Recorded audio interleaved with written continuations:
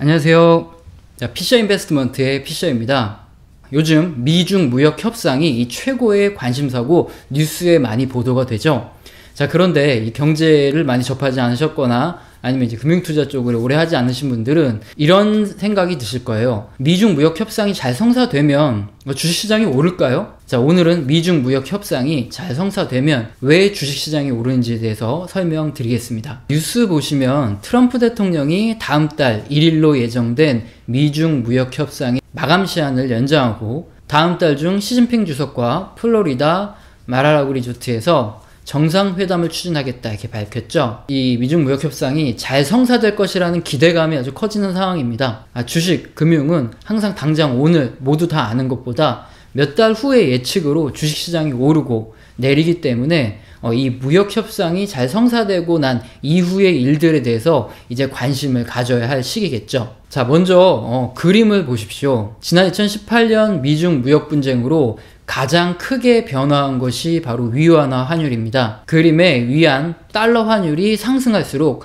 중국의 위안화가 달러에 비해서 상대적으로 약세가 되는 겁니다. 이렇게 지난 2018년 보시면 위안화가 약세 전향을 한 것을 볼 수 있죠. 미중 무역 분쟁으로 중국의 수출이 감소하고 경제가 어려워질 것이 예상되면서 글로벌 투자자들이 위안화를 팔고 상대적으로 무역 분쟁의 이득을 볼 수 있는 달러를 매수했기 때문에 위안화가 약세로 진행된 것입니다. 자, 그리고 이렇게 미중 무역 분쟁으로 인한 중국의 수출 감소 및 경기 둔화 문제는 단순하게 중국의 문제가 아니라 중국 의존도가 높은 신흥국 전반의 문제로 확대됩니다. 우리나라가 대표적인 사례인데요. 그림에서 보이시는 것처럼 우리나라의 수출에서 중국이 차지하는 비중이 아주 높죠. 미국이 무역 분쟁으로 중국으로부터의 수입을 이렇게 감소하겠다 이렇게 하면 중국도 우리나라에서 수입하는 물량을 줄이겠죠. 글로벌 투자들은 중국의 경제가 나빠지면 우리나라 경제가 나빠진다는 걸 알기 때문에 우리나라 통화도 약세를 보였고요. 주식시장도 하락한 이유입니다. 자, 그림의 원달러 환율이 이렇게 올라가면 원화가 약세가 되는 건데 2018년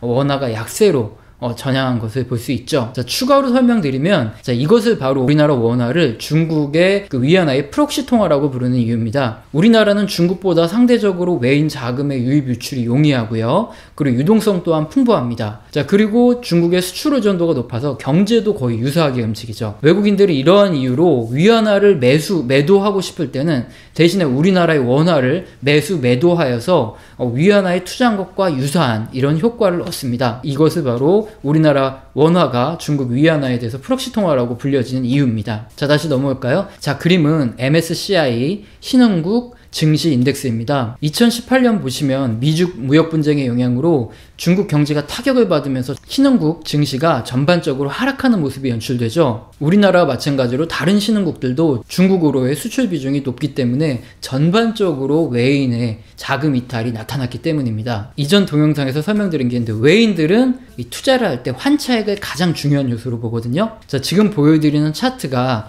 신흥국 환율에 연동하는 ETF입니다. 2018년에 신흥국 전체의 통화가 이제 약세로 이렇게 전환되면서 자금들이 이렇게 많이 빠져나가는 것을 볼 수 있어요. 자, 그렇게 되면서 MSCI 신흥국 증시 차트에서도 주가가 하락하는 것을 볼 수 있거든요. 그리고 보시면 2019년, 그러니까 2018년 말부터 환율 연동 ETF를 보시면 조금씩 이렇게 개선되는 흐름이 나타나고 2019년에는 오히려 통화가 강세가 된다. 그렇게 해서 자금이 유입되는 모습이 관찰되죠. 자, 마찬가지로 MSCI 신흥국 증시 인덱스 보시면 주가가 이제 비로소 상승하는 모습을 볼 수 있습니다. 자, 첫 번째 이유를 요약해 드리면 미중 무역 협상이 성사되면 위안화가 추가적인 약세보다는 강세로 전환될 가능성이 높아지게 됩니다. 이때 프록시 통화인 우리나라 이 원화를 포함해서 신흥국 전반의 통화가 강세를 보이면서 외인 자금의 유입이 증가할 확률이 아주 높아지니까 증시가 상승하게 되는 겁니다. 자, 두 번째 이유입니다.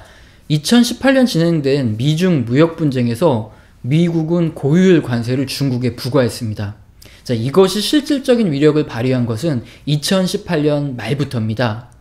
중국의 경제 척도인 제조업 지수, 그 중에서 선행하는 구매 관리자들의 지수가 하락하는 것을 보면 알 수 있는데요. 자, 그림의 제조업 구매관리자 지수는 구매관리자들의 설문을 통해서 작성되고요. 50 이상이면 확장, 50 이하면 수축 국면인데 수축 국면으로 진입한 걸 볼 수 있죠. 자, 이것이 바로 미국의 고율 관세 부과의 영향입니다. 자, 그런데 이렇게 중국의 제조업 PMI 지수는 우리나라의 수출에도 막대한 영향을 미쳐요. 자, 우리나라에서 주요 부품 및 이 상품을 중국에 판매하면 중국은 이것을 또 가공해서 미국이나 여러 나라에 수출하는 이런 구조를 갖고 있기 때문인데요. 자, 그림 보시면은 중국 제조업 PMI 지수와 우리나라 수출 거의 비슷하게 움직이는 것을 볼 수 있죠. 자, 우리나라는 또 역시나 우리나라의 수출액은 코스피 지수와 또 거의 유사하게 움직여 온 것을 볼 수 있습니다. 결국 중국의 제조업이 살아야 우리나라 코스피도 올라간다, 이런 것을 확실히 알 수 있죠. 자, 무역 분쟁이 완만하게 이게 합의에 도달하게 되면 타격을 입었던 중국의 제조업이 살아나겠죠. 그러면 우리나라 주식시장도 상승하는, 그리고 신흥국 전반의 주식시장이 상승하는 이런 연결고리가 완성되게 됩니다. 자, 오늘은 미중 무역 협상이 잘 성사되면 주식시장, 우리나라 주식시장, 신흥국 주식시장, 그리고 중국 주식시장, 그리고 미국도 그렇겠죠. 전반적인 주식시장이 상승하는 이유에 대해서 설명을 드렸습니다.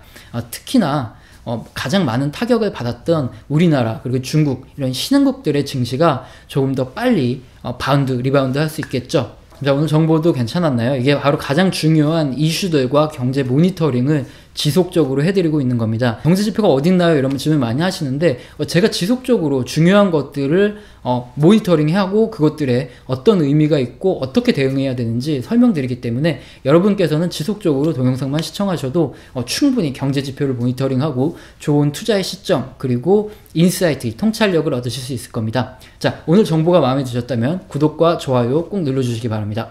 감사합니다.